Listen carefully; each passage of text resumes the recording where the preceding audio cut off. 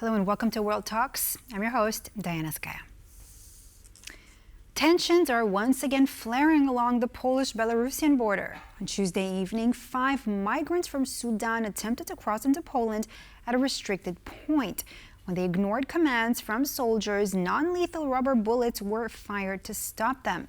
1 migrant was hospitalized. The others are now in border guard custody.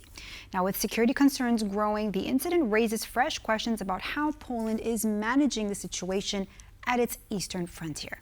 And joining me now to discuss this unfolding situation is Ivana Stradner, research fellow at the Foundation for Defense of Democracies. Ivana, thank you for being with us here on TVP World. Always pleasure.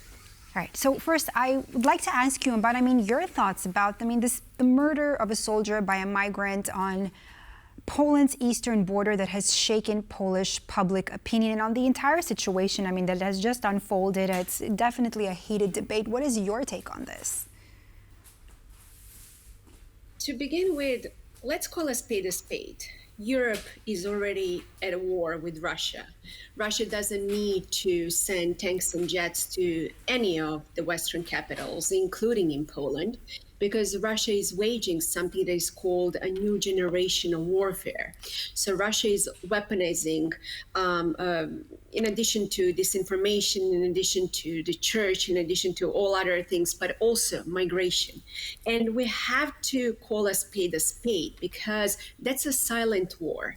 It's a war that a lot of people who are not in this field cannot see. So I have to tell you, when I was reading the news earlier today, I was absolutely not surprised, because the Polish authorities have been warning that between 50 and 200 migrants are trying to cross the border. And the question is why? Because look, you do not have to have a PhD in geography to understand that all those migrants are coming through a quite odd route, like from the Middle East and Africa through Belarus and Poland. I'm sorry, but that's not really how geography works. So we already know that that's the part of Russia's hybrid warfare playbook. And why? Because Russia understands very well that the question of migration is one of those very controversial issues. They have been weaponizing that since 2015 and the crisis in Syria. Let's not forget what has been happening in Germany, and they are going to continue. Why? To make sure that there are internal issues all over the EU, including in Poland, that you will have anti-immigration protests, but that you will also have pro-immigration people who will criticize that. So basically, to polarize the country further. And that's why, look, I don't want to take any political stance in this, but I do want to know that the weaponization of migration, it's Russia's weapon, and we have to call it as it is, because just look at prior to 2022, Russia's full-scale invasion. So late 2021, Russia was in full mode to weaponize migration through Poland. And it's not only in Poland, but it's also in the Baltic states. So we have to really be very, very careful about Russia's tactics. And it's not only in Poland, because the ultimate goal for those migrants is to reach places such as Germany, and that might cause a little bit more tension between Germany and Poland and other countries, which is exactly a dream come true for Moscow. Division is something that Putin always loved to exploit. Ivana, a lot of interesting points that you said there, but I want to ask you specifically about Poland itself and the Polish government. There was also, we've had here in Poland, a reshuffle of the government. Do you think that Polish authorities are adequately prepared, both logistically, legally, to handle this type of hybrid threat, like you mentioned? I think the very first fact that Poland is raising awareness among its public that this is part of Russia's hybrid war is a step in the right direction. But we also have to understand that domestically, it's not an easy issue. because politicians are always in politics to score points. So I understand why certain people, not only in Poland but elsewhere in Europe, feel very uncomfortable discussing this issue. So I think really tightening the border, it is very important for the security, not only in Poland, but also in the rest of Europe. And having said that, we have to understand that this is a pure weapon coming from Moscow through Belarus. And also why Belarus? In large part that there is also plausible deniability that Moscow can always say, it has nothing to do with us, talk to Belarus. So we have to really understand that. The good news is, I think Poland, unlike some other Western countries in the EU, understand very well Russia's tactics. So make no mistake, what we saw earlier today is going to continue. And actually, I'm afraid that it's going to actually even be more omnipresent in the near future, because That was my Putin is searching to disrupt. Ivana, I mean, that's what I wanted to ask you, is that should we be worried? And now you're saying that this is something that's actually worrying you about what's to happen in the coming days, weeks, or months ahead of how it's going to develop. Absolutely, because Putin is looking for opportunities to distract the West from Ukraine. And by weaponizing migration, it's one of his favorite toolkits in the West. So I'm a very much realist when it comes to this issue, and I have no doubt that Moscow is going to continue to ramp up its tensions, especially given the U.S. More support towards Ukraine. So what Putin really wants is to make certain divisions within the EU. So all those protests that we are going to see across Europe might be very much, weaponized and exploited also by Moscow, fueling tensions. So I would not be really surprised to see more such efforts, because, as I said, it's not only the weaponization of migration, because there is also how Russia is operating through influence operations. As soon as there is an influx of or any problems on the border, they like to exploit to add more tension on both sides, putting more divisions.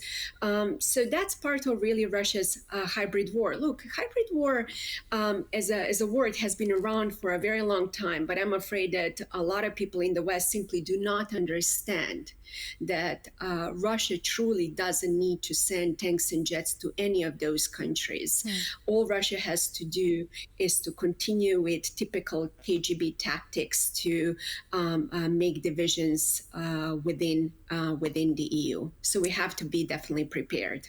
Just like it's always done, Ivana. But let me ask you about some humanitarian considerations. I mean, how do you think that they need to be balanced when soldiers or guards use force, even non-lethal ones, against migrants? I mean, on the one hand, here we do have, as you're mentioning, Russia acting, Russia's role, also the role of possibly Lukashenko and Belarus. But what now about actual humanitarian conditions? What do you think that Poland and other EU countries could do to stop this, or to handle the situation differently? Yeah. You're absolutely right. We have to conform to human rights obligations and international treaties. And by no means the EU country should violate any of those efforts. And it's very important, as I mentioned, to balance. But we also have to understand that one thing is migration that is in good faith, in bona fide, people who are truly leaving the countries and want to fight for a better future. And something else is when bad actors such as the Kremlin are exploiting this issue. So it's certainly a very difficult balancing act that Poland has to confront, because on one side we do have to respond and respect human rights, but on the other hand we also have to protect national security and to understand that the weaponization of migration is a weapon that is just as lethal as tanks and jets. I want to ask you, Ivana, what can you tell us about, the situation? Let's take, again, I'm going to stick to this humanitarian issue. I find it's quite an interesting topic, and possibly for audiences that actually don't know how this works out. What could be actually going through the minds of these migrants? What are they being told? When they're in Belarus or crossing into a border, what can they be told? That Poland is going to give them a better life, that they'll be able to get in? Why not then just stay in Belarus, as you have already gotten there? What can you tell me about that? I'm not in their heads, but one thing that I assume that there are certainly the exchange of information that they can, fight for a better future somewhere else in Western Europe, whether in Germany or whether in the UK, and Poland is also the place where to go through that. But on the other side, I would also like to emphasize, if those people want to leave their countries, why they are not staying in Belarus or Russia? That's exactly my point. That was exactly my point, right? Exactly. And they can also always knock on the doors, I assume, of different embassies and seek, for asylum there. So that's something that we have to also bear in mind. That raises an important question, really, how they are being, transported and being redirected towards the Western countries. But on the other hand, it tells you all you need to know why none of those people actually want to stay in Belarus or Moscow. Certainly, Putin would not be happy to see migrants from the Middle East or Africa. That's not something that he would tolerate. But he's gladly sending migrants towards Europe. Ivana, just very briefly, how do you think the international community, of course, and the EU as well, view Poland's current approach to border defense?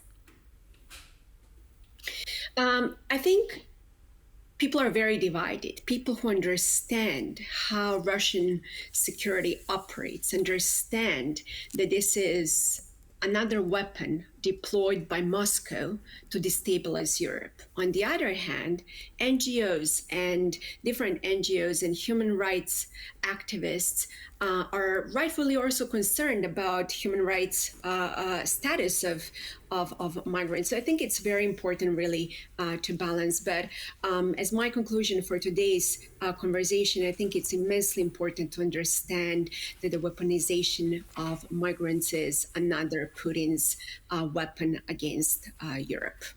Ivana Stradner, thank you so much for being with us here on TVP World, on World Talks, and for talking about such a pressing issue here that's taking place, not just in Poland, but across Europe. Thanks for being with us. Indeed. Thank you very much for a kind invitation. And that's all for this edition of World Talks here on TVP World. I'm Diana Skaya. Thanks for watching.